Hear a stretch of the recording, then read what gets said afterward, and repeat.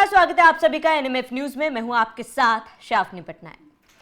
महाराष्ट्र की बीजेपी नेता नवनीत राणा फिर एक बार सुर्खियों में है। अक्सर वो अपने विवादों को लेकर सुर्खियों में रहती है और इस बार भी अपने एक विवाद को लेकर वो लगातार चर्चाओं में बनी हुई है, विवादों में बनी हुई है। दरअसल हाल में जब प्रधानमंत्री नरेंद्र मोदी ने राम मंदिर पर धर्म ध्वज फहराया था, उस पर उन्होंने एक रैली में बयान दिया था कि अगर कोई भी धर्म ध्वज पर उंगली उठाता है तो उसकी उंगली काट दो। और इसके साथ ही मुख्यमंत्री योगी आदित्यनाथ के जो नारा उन्होंने दिया था, बटेंगे तो कटेंगे, उसको लेकर भी उन्होंने बयान दिया था, जिसके बाद पूरा विवाद खड़ा हुआ। क्या कुछ वो विवाद है, क्या कुछ वो बयान है, उस पर विस्तार से चर्चा करेंगे, लेकिन सबसे पहले उनका वो बयान क्या था वो सुनाते हैं। परसों के दिन हमारे मोदी जी ने धर्म का ध्वज जो अयोध्या में खड़ा किया, पाकिस्तान से उंगलियां उठाई जा रही हैं कि अपने विचारों को लेकर देश के प्रधानमंत्री दूसरे लोगों को नीचे गिराने की कोशिश कर रहे हैं। मैं आप लोगों से विनती करूंगी, जो धर्म ध्वज पे हाथ उंगली उठाता है उसकी उंगलियां काट देनी चाहिए और तीनों से तीनों कमल इस क्षेत्र में हम लोगों को चलाना है। क्या चलाना है? जाकर उंगली काटने की जरूरत नहीं है। अगर वो एक होते हैं तो हमने हमारी एकता बाहर आके दिखाना चाहिए। कोई उंगली दिखाएगा तो उंगली काटने की भी तैयारी हम लोगों में होनी चाहिए। नवनीत राणा के इसी बयान पर हम चर्चा करेंगे। मेरे साथ वरिष्ठ पत्रकार पंकज प्रसून जी जुड़े हुए हैं। पंकज जी, सबसे पहले नवनीत राणा के इस बयान को आप कैसे देख रहे हैं? नहीं, मुझे ये नहीं समझ में आ रहा है कि इसमें विवादित क्या है। इन्होंने तो पाकिस्तान पे बात की ना।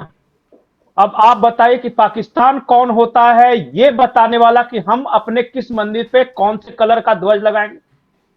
पाकिस्तान को इससे क्या पड़ी है? खुद की उनकी लगी पड़ी है लंका।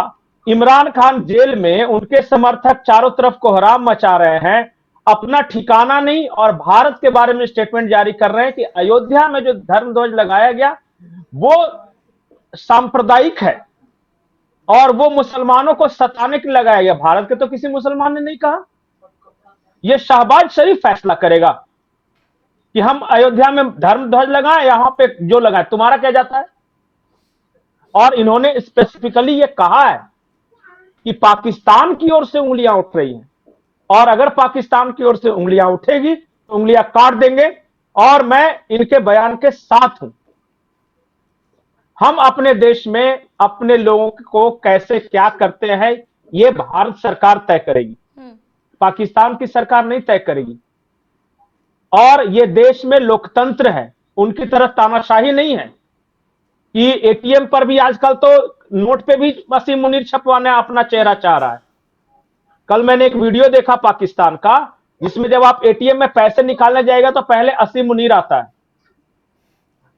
तो वहां पहले अपनी खुद की वो फिक्र करे, जो प्रधानमंत्री ने वहां जो बयान दिया और उसके विदेश मंत्री ने, उसकी अपनी क्या हैसियत है ये पहले बता दे। मुनीर का पालतू नौकर के अलावा वो कौन है शहबाज शरीफ, बताइए। और मैं एक पाकिस्तानी पत्रकार के बारे में बता रहा हूं। पाकिस्तानी पत्रकार वहां के मीडिया में बैठ के कह रहे थे ये कि आज की स्थिति ऐसी है कि असीम मुनीर कह दे कि मैं तुम्हारे गले में पट्टा बांधना चाहता हूं तो शहबाज शरीफ बोलेगा सर बांध लीजिए, पर किस कोने में खड़ा होना है ये भी बता दीजिए। ये वहां का पत्रकार कह रहा है, पाकिस्तान का पत्रकार। और उन सिविलियन गवर्नमेंट में ये हैसियत और इतनी पता नहीं कहां से आ जाती है कि वो भारत के आंतरिक मामले में ये दखल देते हैं। और सही कहा नवनीत राणा ने, साफ साफ से ये कहा कि हमें जाकर उंगली काटने की जरूरत नहीं है। वो कह रही थी हमारी तैयारी ऐसी रहनी चाहिए, हमारी तैयारी रहनी चाहिए कि हमारे देश पे जो उंगली उठाए, हमारे धर्म पे जो उंगली उठाए, हमारे धर्म ध्वज पर जो उंगली उठाए उसकी उंगली काट ले। और ये बिल्कुल सही। मुझे इसमें अच्छा बताइए, लोग कह रहे हैं कि विवादित बयान है, विवादित बयान है। क्या विवादित है? किसी पार्टिकुलर इंसान के बारे में कहा, भारत में किसी कम्युनिटी पंकज के जी, बारे मुझे में कहा? ये समझ में नहीं नहीं कहा आ रहा ना। जब वो साफ तौर पर पाकिस्तान का जिक्र कर रही है तो हमारे देश में बैठे कुछ लोगों को दिक्कत क्यों हो रही है? उनके इस बयान को आक्रामक और कहीं ना कहीं ये कहा जा रहा है कि ये हिंसा भड़काने की कोशिश की जा रही है। हमारे देश में बैठे कुछ लोगों के पेट में क्यों दर्द हो रहा है? दर्द की बात है मैडम, हमारे यहाँ तो जो संसद भवन पे अशोक स्तंभ लगता है ना, उसके शेरों से भी दिक्कत होती है कि ये शेर थोड़ा ज्यादा दहाड़ रहा है, थोड़ा कम दहाड़ना चाहिए। सवाल उठाया था कि नहीं? अगर दिक्कत की बात कीजिए ना, तो हमारे देश के कुछ लोग हमारी सेना से सबूत भी मांगते हैं। और अगर पेट में दर्द की बात है तो हमारे देश में बहुत सारे लोगों को दर्द था और पूछ रहे थे कितने राफेल गिरे। तो अपने देश में पेट दर्द का इलाज नहीं है। बरनौल का स्टॉक अयोध्या में उस दिन खत्म हो गया था जिस दिन ये धर्म ध्वज लहराया था। और क्यों खत्म हो गया था ये बहुत सारे लोग समझ रहे हैं। इनको समस्या तो इस बात से भी है कि भारत की इकोनॉमी ग्रो कैसे कर रही है। अभी कल प्रधानमंत्री जी ने बताया कि 8.6% के दर से बढ़ रहा है। अब वो डेड इकोनॉमी कहने वालों को तो पेट में दर्द होगा ना। बिल्कुल। मैं कल फिर एक वीडियो देख रहा था जिसमें भारत जोड़ो यात्रा के दौरान रघुराम राजन और राहुल गांधी बात कर रहे हैं। और रघुराम राजन 2022-23 में यह कह रहा है कि आज के बाद से भारत की अर्थव्यवस्था रसातल में जाएगी और हमारा ग्रोथ रेट डाउन होगा। वो पनौती जिस दिन से बोला कि डाउन होगा उसी दिन से हम ग्रो करने लगे और आज तक ग्रो कर रहे हैं। तो पेट दर्द का क्या कीजिएगा? पेट दर्द का इलाज तो दो ही वैद्य के पास है। एक हकीम योगी जी हैं उत्तर प्रदेश में और एक दिल्ली में बैठे हुए मोदी जी। और अगर लाइलाज रोग हो जाए ये पेट दर्द तो फिर शाह जी। तो इनके पेट में ये दर्द होता रहता है, कोई दिक्कत नहीं। इनको धीरे धीरे गोलियां देनी पड़ती है, कड़वी दवाई मोदी जी कहते हैं ना, कभी कभी खिलाना पड़ता है। विवादित क्या है इसमें? अगर पश्चिम बंगाल का एक हुमायूं कबीर ये कह दे कि हम 6 दिसंबर को बाबरी मस्जिद बनाएंगे, सबने कहा आप तो सर सेकुलरिज्म के पुतले हैं, कहां थे आप, लाइए आरती दिखाते हैं। लेकिन अगर कोई नवनीत राणा कह दे कि पाकिस्तान उंगली उठाएगा तो हम उंगली काट देंगे, तो हाँ विवादित बयान है, हाय हाय कहां छाती पीटूं। ये हाल है इस देश का। तो उनके दर्द का कोई इलाज नहीं और उनकी दर्द अभी बढ़ने वाली है। भारत ग्रो करने वाला है। अभी तो धीरे धीरे रुकिए। आज ही असम में बहुविवाह पे रोक लगी है। तो मोदी जी बीच बीच में जो दवाई देते रहते हैं ना, 370 वाली, अयोध्या में मंदिर बनाने वाली, फिर ये 3 तलाक हटाने वाली, ये बहुविवाह प्रथा, तो ये पेट दर्द का यही सब इलाज है, यही दवा है। और पाकिस्तान, जहां तक पाकिस्तान की बात है ना, तो उसके दर्द का भी इलाज हुआ है। वो 3 बार हमने किया है। उरी वाला एक इलाज, वो थोड़ा सा सर्जिकल स्ट्राइक था, वो हल्की सी सर्जरी थी। उसके बाद बालाकोट में ज्यादा कोरामिन खिलाया और ऑपरेशन सिंदूर में ऑपरेशन किया है बढ़िया से, भी मेजर ऑपरेशन हुआ है, थोड़ा सा उनको ठीक होने में समय लगेगा। उनके पेट दर्द का भी इलाज हो रहा है। एक बार और करके देखें, उनका परमानेंट इलाज हो जाएगा, फिर कभी पेट दर्द नहीं होगा उनको। पंकज जी, और शहबाज शरीफ भाग के जाएगा लंदन। मैं आज आपको लिख के दे रहा हूं, शहबाज शरीफ जाएगा भाग के लंदन और असीम मुनीर की पत्नी ने अमेरिका की नागरिकता ले ली है, ये भागेगा अमेरिका और तो इनके पेट दर्द का इलाज वहां पे होगा। पंकज जी, भागना बिल्कुल, पाकिस्तान बिल्कुल। के नस्ल में है, बिल्कुल। लेकिन आप, क्योंकि महाराष्ट्र में निकाय चुनाव भी है, तो क्या ये बौखलाहट हम इससे भी जोड़ के देख सकते हैं कि निकाय चुनाव है और ऐसे में इस तरीके के बयान कहीं विपक्षियों को ये ना लग रहा हो कि जनता का जुड़ाव ज्यादा उस तरफ हो जाएगा? जाहिर तौर पे महाराष्ट्र का विधानसभा चुनाव हुआ, एक रहेंगे तो नेक रहेंगे का नारा चल गया, हिंदुओं ने हिंदू बन के वोट दिया, रिजल्ट आपके सामने है।